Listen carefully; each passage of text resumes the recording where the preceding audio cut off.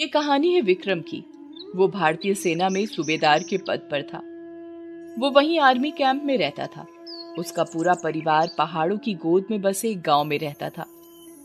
उसके गांव में अभी फोन या मोबाइल की सुविधा नहीं थी। इस बार विक्रम दिवाली में अपने घर जाने वाला था, इसलिए उसने इस बात की जानकारी अपने परिवार को देने के लिए सेना के कैंप से उन्हें चिट्ठी लिखी। राम प्रसाद जी, राम प्रसाद जी। अरे मोहन, विक्रम की चिट्ठी आई है क्या? हाँ चाचा जी, कैंप से ही चिट्ठी है। डाकिया उन्हें चिट्ठी देकर चला जाता है।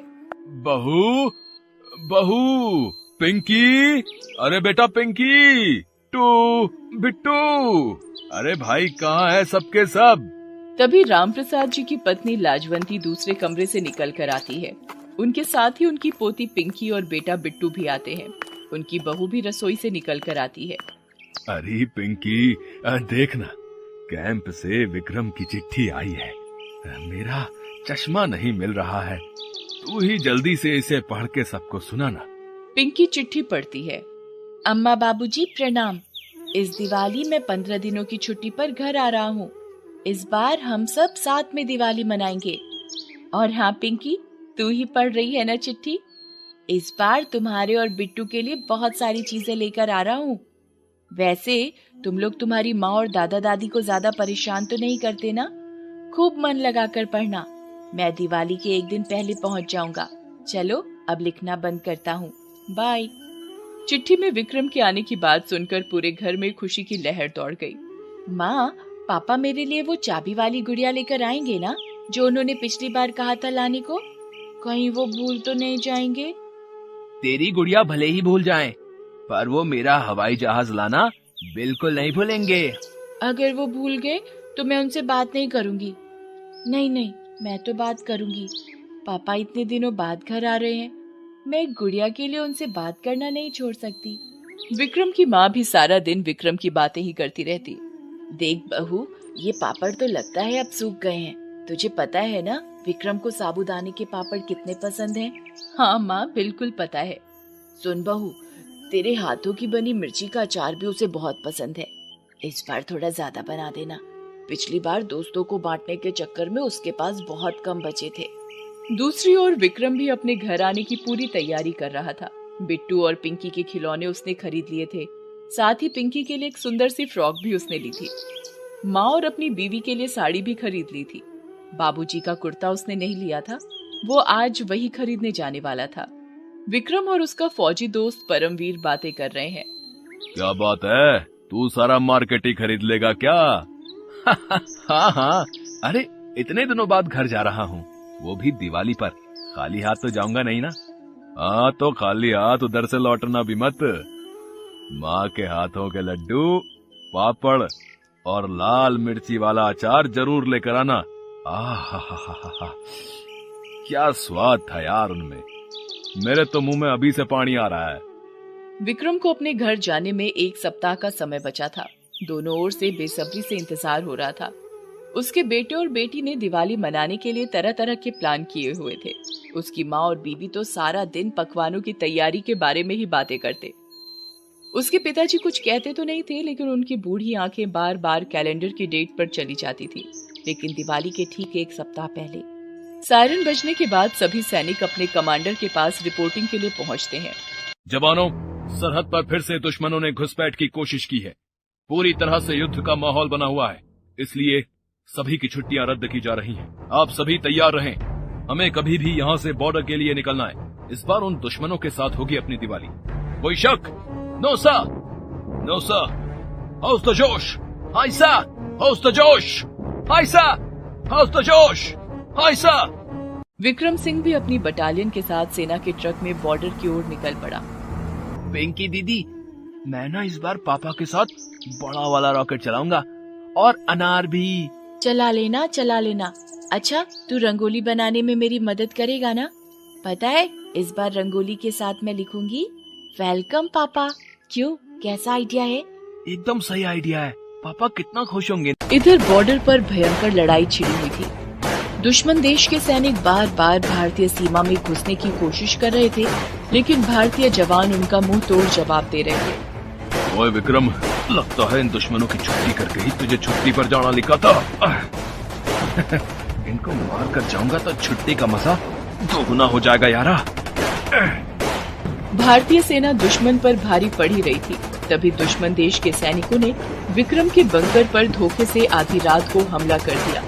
परमवीर और विक्रम के बटालियन के कई सैनिक उसमें शहीद हो गए। परमवीर भी जख्मी होकर बेहोश हो गया। विक्रम का एक हाथ भी दुश्मनों के बम से उड़ गया। गंभीर रूप से घायल होने के बावजूद भी वो दुश्मनों से तब तक लड़ता रहा जब तक कि एक एक दुश्मन को मार नहीं गिराया। लेकिन इस क्रम में विक्रम का भी काफी खून निकल गया था। वो भी लहूलुहान होकर जमीन पर गिर गया। उसकी आंखें बंद हो रही थी। सामने अंधेरा छाता जा रहा था। तभी उसे परमवीर की धीमी धीमी आवाज सुनाई दी। ओए मेरे शेर, मार डाला सारे दुश्मनों को तूने। एक फर्ज तो निभा दिया तूने। अब दिवाली पर अपने घर जाकर दूसरा फर्ज निभा मेरे यारा। परमवीर के शरीर से भी बहुत खून निकल गया था। आखिरकार वो भी शहीद हो गया। दूसरी ओर दिवाली से एक दिन पहले विक्रम के घर के दरवाजे को किसी ने खटखटाया। उसके पिता ने दरवाजा खोला। सामने उनका बेटा विक्रम फौजी की ड्रेस में खड़ा था। विक्रम अपने पापा के पैर छूता है। तभी उसके दोनों बच्चे भी भागते हुए आ जाते हैं। पापा आ गए, पापा आ गए। पापा, आप मेरे लिए वो गुड़िया लाए हैं ना, चाबी वाली? और मेरा हवाई जहाज आप भूल तो नहीं गए ना पापा? विक्रम की पत्नी और माँ भी इस बीच आ जाते हैं। अरे बच्चों, पहले पापा को थोड़ा आराम तो करने दो ना। आते ही साथ ही तुम लोग लग गए।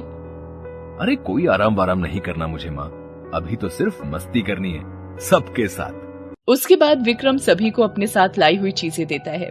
विक्रम की माँ और पत्नी को उसके द्वारा लाई साड़ी बहुत पसंद आई।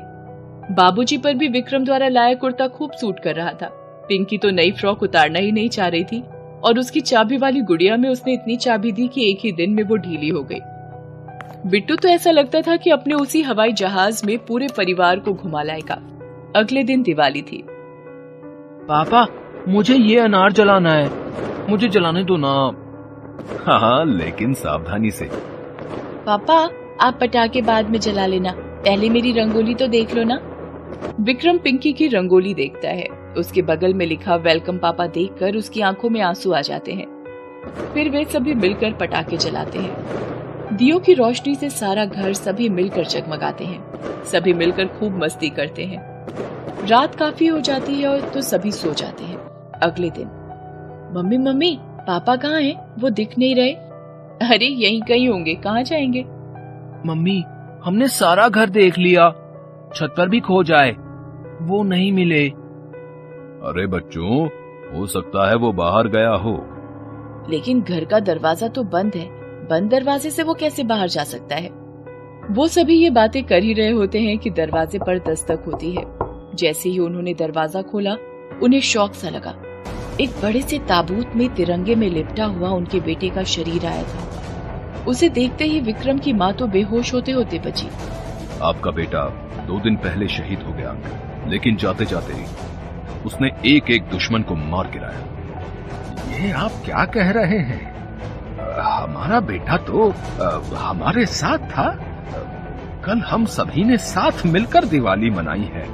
अंकल, खुद को संभालिए।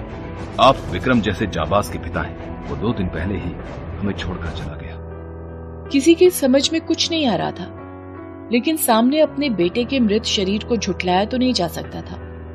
विक्रम के पिता को समझ आ गया था कि उनके बेटे की आत्मा उनके पास आई थी और दिवाली की खुशियों को मनाया था। पापा उठो ना पापा, पापा उठो ना, प्लीज उठो ना, मुझे और अनार जलाना है, रॉकेट भी। पापा, पापा, मैंने गुड़िया खराब कर दी तो आप गुस्सा हो गए? प्लीज आप उठ जाओ ना, प्लीज उठ जाओ। तू जागता क्यों नहीं? देखना, मैंने और बहू ने तेरे लिए कितनी सारी चीजें बनाई हैं। बेटा जाग ना।